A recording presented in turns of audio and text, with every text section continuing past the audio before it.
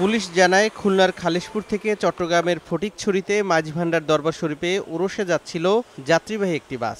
ঢাকা চট্টগ্রাম মহাসড়কের কুমিল্লার চৌদ্দগ্রামের গাংরায় পৌঁছালে একটি রড বোঝাই ট্রাক ওভারটেক করার সময় বাসটিকে পেছন থেকে ধাক্কা দেয়। এতে নিয়ন্ত্রণ হারিয়ে বাসটি রাস্তার পাশে উল্টে যায়। ঘটনাস্থলেই নিহত হন ৫ জন, আহত হন আরও অন্তত ১০ জন। এরা বসেছিল গেটের পাশেই, সামনেই। ওই গাড়ির যতটা চাপটা সম্পূর্ণ যে পরিস্থিতি আপনার ওই গাড়ি পরে শব্দ পাওয়ার সাথে সাথে আর কি যত গাড়ি ভেঙে চুরি যে লোকগুলো আছে সমস্ত লোকগুলোর উপরে চাপা পড়ে গেল। ট্রাকের লগে খাম্বা আছে, ওই খাম্বায় ঢুকাই দিয়েছে গাড়ি। আমরা ভান্ডার শরীফ যাচ্ছিলাম, আমার গুরু মা মারা গেছে, চাই না। হাইওয়ে পুলিশ ও ফায়ার সার্ভিস কর্মীরা ঘটনাস্থলে পৌঁছে আহতদের উদ্ধার করে কুমিল্লা মেডিকেল কলেজ হাসপাতালে ভর্তি করেন।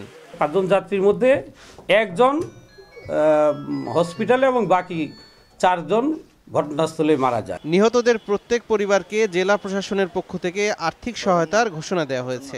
জেলা প্রশাসক মহোদয় প্রাথমিকভাবে লাশগুলো সৎকারের জন্য বা দাফন কাফনের জন্য ১৫,০০০ টাকা করে দিয়েছেন। সেই টাকাগুলো আমরা ইউনো দিগলিয়ার অ্যাকাউন্টে পাঠিয়ে দিব।